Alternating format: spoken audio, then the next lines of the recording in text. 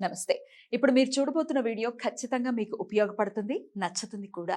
మరి మీకు నచ్చిన విషయం నాకు తెలియాలి అంటే ఈ వీడియోని మీరు లైక్ చేయాలి, షేర్ చేయాలి, అలాగే మన ఛానల్‌ని సబ్స్క్రైబ్ చేయాలి. మీ సపోర్ట్‌ని నాకు అందిస్తారు కదూ! ఓకే.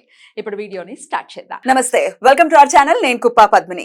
ప్రస్తుతం మనతో పాటు ప్రముఖ ఆధ్యాత్మికవేత్త, ప్రముఖ న్యూమరాలజిస్ట్ లక్ష్మీ నరసింహస్వామి ఉపాసకురాలు శ్రీమతి స్రవంతి గారు మనతో పాటు ఉన్నారు. మాట్లాడదాం. అక్క నమస్తే అక్క.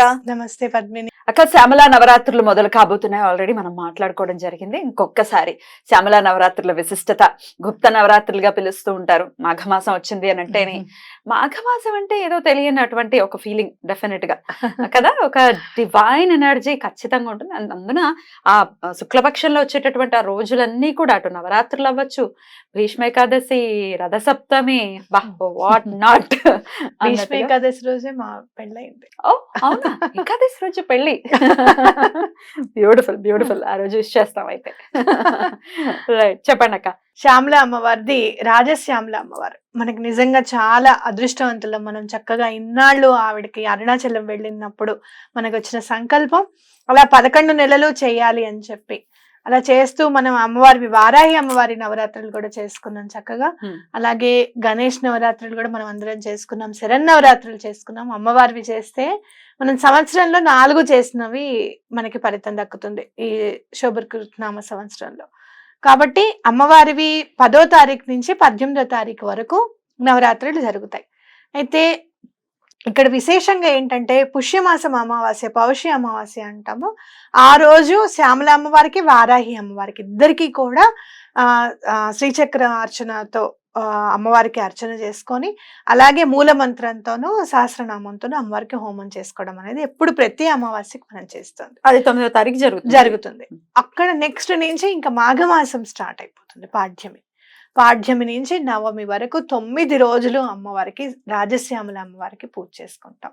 అయితే శ్యామల అమ్మవారిని మనం పూజించుకుంటే మనకి కలిగేది ఏమిటి అని అంటే కనుక నిజంగా చెప్పాలి అంటే గౌరవ ప్రతిష్టలు, అలాగే ఉద్యోగం గురించి ఏమన్నా మీరు ఉన్నత ఉద్యోగం గురించి చూస్తున్నారు, లేదు ప్రమోషన్ అండి, ఒక రావాలి మాకే రావాలి, ఎందుకు మా పేరే ఉంటుందన్నారండి, లాస్ట్ టైం లేదండి, అలాంటి వాళ్ళు, లేదు ఆఫీస్లో చాలా ఇబ్బంది పెడుతున్నారు, లేదు పెద్ద జాబ్ రావాలండి, మేము చిన్న ఉద్యోగంలోనే ఉన్నాము అనుకున్న వాళ్ళు, వీళ్ళందరూ కూడా రాజశ్యామల అమ్మవారిని పూజిస్తే చాలా మంచిది.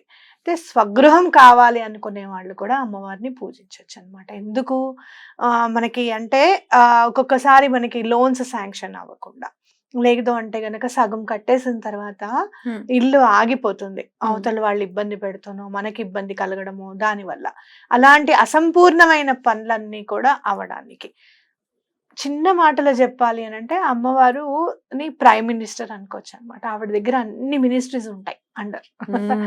కాబట్టి ఎట్లాంటి పని అయినా కూడా ఆవిడ ఒక్కసారి ఇట్లా స్టాంప్ వేశారంటే ఆ పని అయిపోతుంది. కాబట్టి అమ్మవారు ఇంకోటి ఏంటంటే చాలా తొందరగా మనకి పలుకుతారు అని చెప్పవచ్చు. దండం పెట్టి, చేతులెత్తి దండం పెట్టి మనసుతో ప్రార్థిస్తే, కాళిదాసుని సైతం ఆవిడ దండకం రాసిన రచయితగా, కావ్య రచయితగా ఆవిడ తీర్చిదిద్దడం అనేది చాలా అదృష్టవంతులం. ఆయనతో పాటే కాకుండా మనని కూడా అమ్మవారు మనకి రక్షణ కల్పించారు అనుకోవచ్చు. అలా మనం అమ్మవారిని సేవించుకోవచ్చు అన్నమాట. అన్ని పనులు కూడా అమ్మవారి కృప వల్ల తప్పకుండా అవుతాయి. రైట్ అక్క. అలాగే పిల్లల చదువు విషయంలో కూడా అమ్మవారిని, అసలు సరస్వతీదేవి ఇంకా చదువుల తల్లి కదా, నీల సరస్వతి అమ్మవారు.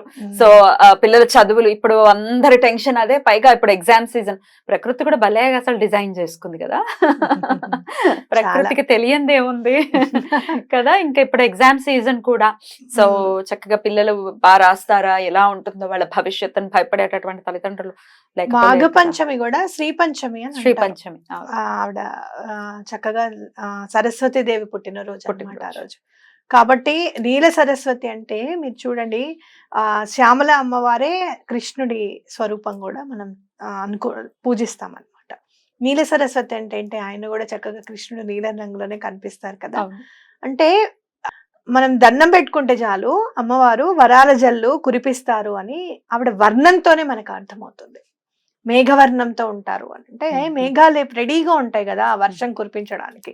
అలానే ఆవిడ కూడా భక్తులు దండం పెడితే చాలు. ఎందుకయ్యా దండం పెట్టాలి, మనకి డైరెక్ట్ గా ఇచ్చేయచ్చు కదా అంటే, 2 చేతులు ఎత్తి దండం పెట్టినంత మాత్రమే ఆ కర్మ అనేది పరిపక్వం అయ్యి ఆ వరాల జల్లు అనేది మన మీద కురవడానికి ఆస్కారం ఉంటుంది అనమాట. కాబట్టి మనం చక్కగా దండం పెట్టుకొని అమ్మవారికి శ్యామలా దండకం చదువుకుంటే చాలా మంచిది. గోత్రనామాలు ఇచ్చిన వాళ్ళందరివి కూడా గోత్రనామాలు చదవడం జరుగుతుంది. మీ సంకల్పం చదవడం తప్పకుండా జరుగుతుంది. మీ అందరికీ కూడా అన్ని పనులు అవ్వడానికి నేను కూడా ప్రత్యేకంగా దండం పెట్టుకోవడం అనేది జరుగుతుంది. రైట్ అక్క. ఎట్లాంటి ఆ 9 రోజులు క్రతువులు ఏముంటాయి అక్క? అమ్మవారికి సహస్రనామార్చన, అలాగే అవతారాలు ఉంటాయి అమ్మవారి. ఏ రోజు అవతారం ఆ రోజు అమ్మవారికి చెప్తూ మనం వారాహి అమ్మవారికి చెప్పుకుంటూ వచ్చాము. ఇవాళ ధూమ్ర వారాహి అని చెప్పాము, అలాగే స్వప్న వారాహి అని చెప్పాము.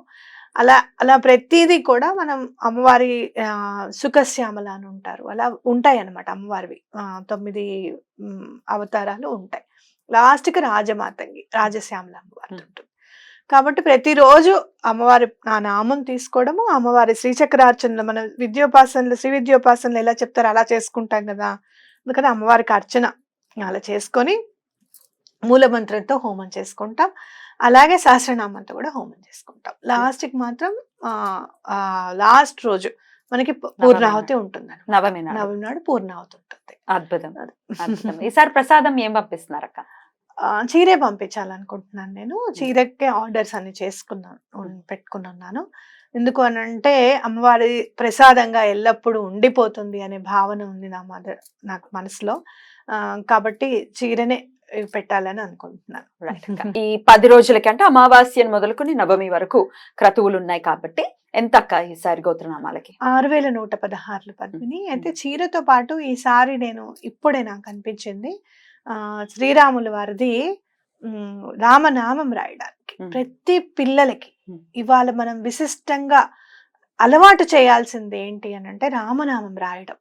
నువ్వు 10 నామాలు రాయి, 5 నామాలు రాయి, నీ ఇష్టం.